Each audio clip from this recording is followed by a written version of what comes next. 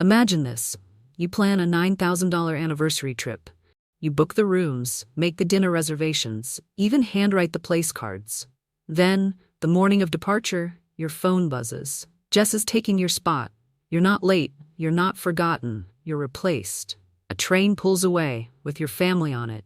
And you're still standing on the platform, holding a coffee that's already gone cold. So what happens when the people you love most stop seeing you as a person and start treating you like a utility? What happens when silence isn't peace, it's erasure? I stood on the platform in Oregon, clutching my train ticket and a paper cup of coffee that had already gone lukewarm. The trees across the tracks were a riot of gold and red. Just like I had imagined when I planned this trip, the 45th wedding anniversary trip for my parents paid for, organized, and timed around their favorite season. I gave the agent my ticket, he scanned it. His brow furrowed. "This one's already been checked in," he said. I blinked. "I'm sorry," he turned the scanner toward me, like it would explain everything. "Checked in this morning." "Passenger already boarded, that's not possible," I said. But even as the words left my mouth, a knot started to form in my stomach. My phone buzzed. It was a text from my sister. "Lucas, Jess really wanted to see the fall. Colors you don't even like, crowds." We figured it made sense. I stared at the message, then stared at the train as it pulled away. Without me, I didn't call, didn't reply. I just stood there holding coffee. I no longer wanted, surrounded by the trip I had built for people who didn't think I needed to be. There Jess had my seat.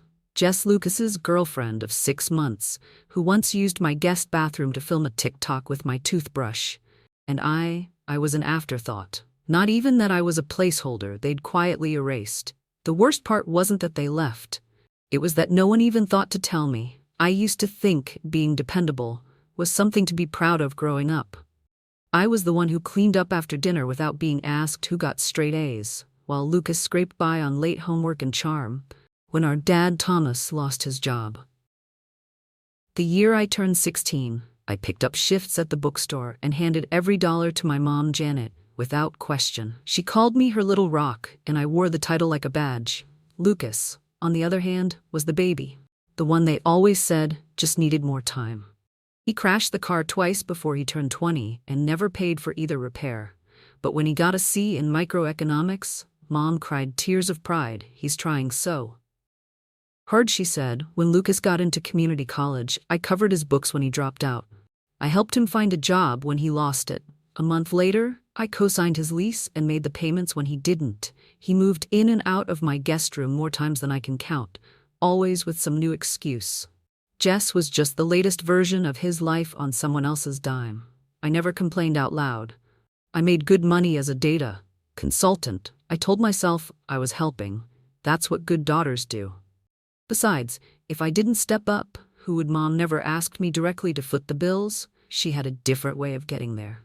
"Your brother's doing his best, honey. It's hard out there for young people. You're lucky to have a stable career.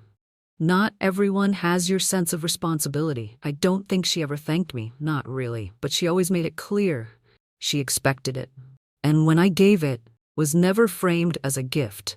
It was just what I did, who I was: reliable, strong, capable, and over the years it became easier to be that person than to ask why no one else was. I didn't plan the anniversary trip to prove anything. I planned it because they'd once told me they'd honeymooned near the Cascades, because Mom lit up whenever fall rolled around, because Dad still kept the old Polaroid from that trip in his dresser drawer. I thought, maybe, if I gave them something beautiful, they'd finally see me, not just what I could offer. But looking back now, I realize they saw exactly what they always had. Not a daughter, a solution. It started as an idea on a yellow, sticky note. Saw Cascades, October.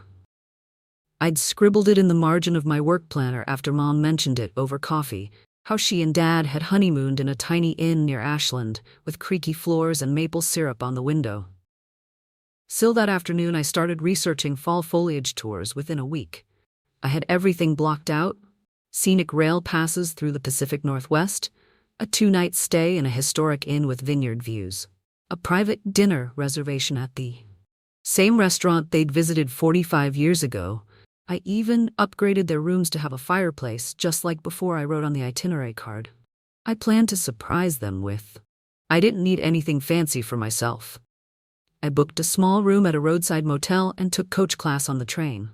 The whole trip came to just under $9,000. That included everything: transportation, meals, activities, even a bouquet of fresh asters and goldenrod for their anniversary dinner. I used PTO to make it fit between two major client deadlines and rearranged my calendar for the next 6 weeks so I wouldn't miss a beat at work. Lucas wasn't part of the plan. Not originally. Mom said he might be too busy with some freelance thing, which usually meant doing nothing in his apartment while Jess practiced TikTok dances. In the background, I didn't press it, truthfully. I'd imagined this as a quiet trip, a moment for them to breathe, for me to maybe not impress them but remind them I was here, that I still cared. It wasn't about proving my worth. I'd stopped chasing that years ago, but part of me hoped maybe this would be the thing that stuck, a memory they'd talk about at Thanksgiving. A photo they'd frame and actually send me a copy of a small crack in the wall between us. It was never about the train ride or the hotel. It was about the table. I set the effort I poured in, the hope I still stupidly carried, and somehow it still wasn't enough to get a seat a week before the trip.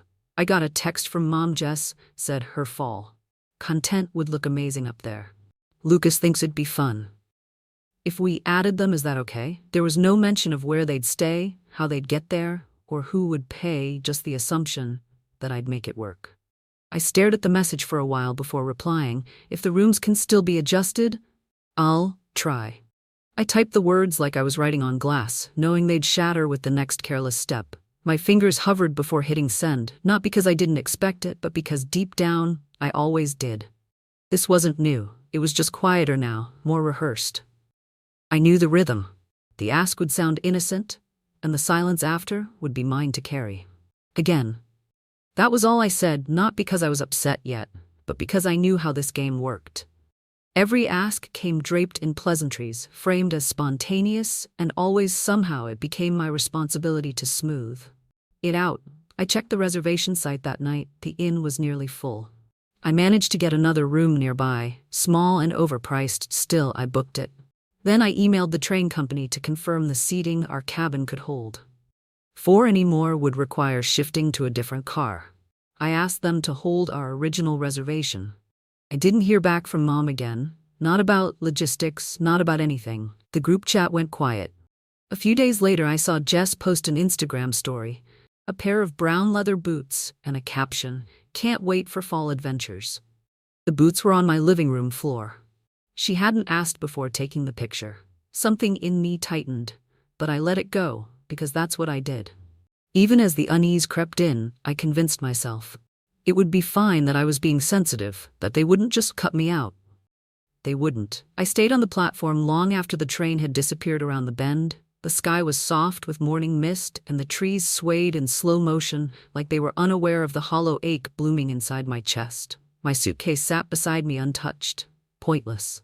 No one called, no one texted again, not Lucas, not Mom, not even a generic "Sorry for the mix-up." I wasn't part of the mistake. I was the mistake, and Jess, she got the scenic view. The curated experience, the seat I held for months while building an itinerary they never asked for, but happily accepted. I didn't cry, not then. I walked to the cafe across from the station, ordered another coffee I didn't want, and sat by the window watching strangers board buses to places I hadn't planned for. I scrolled through social media. Lucas had posted a photo, Mom and Dad smiling on the train platform, arms looped with Jess's. The caption read, "Family fall getaway, finally. Making memories together." The word struck harder than I expected, like it excluded me on purpose. Like they'd finally achieved a picture-perfect version of themselves. Now that I was gone, I didn't comment. I didn't like the photo. I just locked my phone and stared at the tabletop, tracing the scratches in the wood like they could offer answers. They weren't just marks from years of cups and elbows. They looked like decisions etched into the surface. Moments that had worn down more than just wood. They didn't forget me. They made a choice, and I needed to make one too. I didn't go home. Instead, I rented a car and drove north. No plan, no GPS, just a vague memory of a quiet town I'd once passed through on a solo work trip. It was called Cloveridge Small. tucked into the folds of Oregon, the kind of place where no one asked questions and the air smelled like pine. I found a roadside inn with vacancy and a fireplace, then checked in without unpacking. The room had a window that looked out onto a gravel path lined with sugar maples. I sat by it that evening with a blanket over my lap and a cup of chamomile. I didn't finish for 2 days. I didn't check my phone. I didn't reply to the few texts that trickled in. Nothing from Mom. Just a group message from Lucas asking if I'd gotten mixed up on the train schedule. No apology, just a soft punchline with a shrug underneath. I left it on red. Instead, I walked through orchards, shedding their last red leaves, through antique shops selling things no one really needed. I bought a postcard, but didn't write anything on it. I thought about sending it to myself, then folded it into a book and forgot it was there. I let the quiet settle inside me like something earned for the first time. There was no need to decode anyone's silence but my own. No need to translate tone or anticipate needs. It was like finding a part of me that had always been waiting just beneath the noise. In years, I didn't have to explain my silence or hold space for someone else's mess. I didn't have to adjust my tone, downplay my hurt, or tell myself I was being dramatic. I was alone, and it didn't feel empty. It felt honest. The trip I'd planned was gone. The people I'd planned it for had made their choice, and now I was making mine. I got back to my apartment. Late Tuesday afternoon, the sky was low and gray, the kind of quiet overcast that made the whole street feel like it was holding its breath. I dropped my bag by the door and didn't bother unpacking out of habit. I opened Facebook. Mom had posted again 24 photos from the trip. She'd tagged Lucas, Jess, and even the bed and breakfast, not me. There was one image that stopped me. The dinner table I had reserved months ago, candles flickering, a bouquet of goldenrod, and airs in the center. My centerpiece, my reservation, my handwriting still faintly visible on the place cards. Jess sat where I was supposed to be. The caption read, "Grateful for our children, who made this anniversary so special, couldn't have asked for a more loving weekend." I closed the app the next morning. I got an email from Mom's shared account with Dad's subject line photos from the trip. No message, just the images attached in bulk, as if I were a distant cousin who'd missed a reunion. "No, we missed you." "No, where were you?" "Just evidence, proof that the weekend happened without me." That's when I realized this wasn't a mistake. It wasn't an oversight. It was the family they'd chosen to show up for the next day. I drove to the house, my house, the one I bought 6 years ago, with my name on every document and every bill, the one I'd let them live in. Rentre, they weren't home. I walked through each room slowly. The guest towels I bought were faded. The kitchen smelled like someone else's cooking. Jess's raincoat hung on the banister. I stood in the dining room. The same room had once called hers during a birthday toast. And I realized something so simple. It felt like a revelation. They weren't renters, they were takers, and I was done offering. The lease adjustment notice went out the next morning. I printed 2 copies, one for the kitchen counter, the other mailed certified. It was clean, professional, no sharp language, just numbers and dates. The rent now at market rate, utilities no longer bundled, guest privileges revoked unless approved. In writing. There was a deadline. The first of the month. I didn't include a note, didn't owe them one. That afternoon, I got a call from Mom. She didn't start with "Hello, Emily. What is this? Are you seriously charging us rent?" There was no trace of confusion in her voice, only offense. "This is cruel." She continued, "We're your parents." I waited a beat before answering. "Then maybe you should have treated me like your daughter," she scoffed. "So this is about that trip?" I said nothing. "We didn't mean to hurt you," she added, softening. "It just happened." I could hear her walking through the living room, the creak of the old floorboard near the front window. "Your father's upset," she said. "But Thomas hadn't called, hadn't texted. I wasn't sure if he even knew or cared. You could have just talked to us." She said I could have. I chose this. "Instead, you've got until the 1st," I said gently. "After that it becomes legal. You're not serious." "I am." She hung up for a long time. I stood at the kitchen sink and stared at the faucet. Not angry, not proud, just steady. The house didn't feel like mine anymore, but it wasn't theirs. Either it had been a gift, now it was a boundary. The email came 3 days later from a local law office. I didn't recognize. It Subject intent to dispute ownership inside was a scanned letter. My parents, through counsel, were asserting long-term financial contributions and shared occupancy, claiming partial rights to the house. No dollar amounts, no documents, just vague language meant to sound formal and intimidating. The words were carefully chosen, like they always were, just vague enough to avoid truth, just formal enough to sting. And yet, beneath every line I could feel it. This wasn't grief. It was punishment for daring to say no. I forwarded it to my attorney. He called within the hour. "There's nothing here," he said. "They've got no legal standing. This is noise." But it wasn't just noise. It was confirmation they weren't. Sorry they were retaliating. Lucas showed up the next evening. He looked like he hadn't slept his usual careless. Swagger was gone, replaced by a quiet, unfocused guilt. "Jess left," he said, standing awkwardly on the front step, said she didn't sign up for all this family crap. He didn't ask to come in, just stood there like maybe the door would open out of habit. "I don't have anywhere to go," he added. "You know that, right?" I did, but I also knew what came next. "If I let him in, I'm not your safety net," I said. He looked down at his shoes, then back up, eyes glassy but dry. "I didn't mean to hurt you," but he didn't say sorry, not really. And I didn't say anything at all. Dad never called, not after the rent notice, not after the legal letter, not even when Lucas showed up with nowhere to go. He didn't yell, didn't text, didn't ask me why, but that wasn't new growing up. His silence had always been the backdrop when Mom pushed too hard, when Lucas acted out. When I broke down under the weight of being the steady one, he'd just sip his coffee and disappear into the next room. His neutrality had a softness to it that made it feel harmless, almost gentle, but now I saw it clearly. It wasn't gentleness. It was consent in silence. He had let it all happen. Every ask, every assumption, every time they took from me without thanks or pause, and now he was letting this happen too. The day I dropped off their certified notice, he was out front watering the bushes. He looked up as I walked past. "You don't have to do this," he said quietly. It was the only thing he'd said to me in weeks. I looked him in the eye and answered just as quietly, "I do." He didn't respond, just turned the hose back to the rose bush as if he hadn't heard anything at all. 3 weeks later, I moved into a small loft across the river, exposed, brick-high windows, just enough space for me and my quiet, no footsteps overhead, no doors slamming, no voices asking for something. I bought a second-hand couch, a real tea kettle, and a lamp. I actually liked the air, smelled like dust and new paint. I opened the windows anyway for the first time in years. I wasn't waiting for my phone to buzz. No group chats asking for grocery money, no guilt-soaked check-ins disguised as concern, just mornings with my own schedule and evenings that belonged only to me. Lucas hasn't texted since that last night on the porch. Jess deleted our photos, unfollowed the whole family and my parents. Well, they've gone quiet too. Mom tried one last time, a message with no greeting. "We miss who you used to be." I replied, "You miss the version of me who never said no, she's gone." There was no answer after that.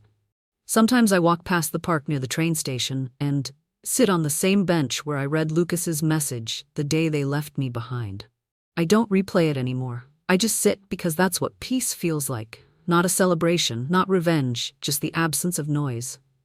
I used to think saying no would make me heartless. Now I know it made me whole. Last week I booked a train to Washington. No itinerary, no group chat, no anniversary dinner to coordinate, just me, a window seat in a quiet town with a bookstore I've always wanted to visit. I didn't ask anyone's permission, didn't check anyone's calendar, didn't offer to bring souvenirs. I packed light, one bag of notebook and a sweater that still smells faintly of cedar at the station. I paused before boarding, just for a second, and let myself remember that morning in Oregon. The sting was gone. All that remained was clarity. I am not their fixer, not their fallback, not their foundation. I am not their plan B. I am my own beginning. There's a sticky note on my new bathroom mirror, just 5 words. I wrote after the move, when the silence was still raw. I owe myself the most, and every morning I read it like a promise. Some stories aren't told for sympathy, they're told for recognition. If this one made something inside you stir, then maybe it wasn't just a story. Was there a moment you finally said enough? So the story is over. Our wonderful friends, are you still here at this hour? If you're still with us, then maybe, just maybe, something in the story found its way into your heart. Maybe you've been that person, the one who shows up, who organizes, who gives without asking for anything back. Maybe you felt like a placeholder in your own family, a backup plan, a silent giver in the background. This story isn't just about a forgotten train ride or an empty seat at dinner.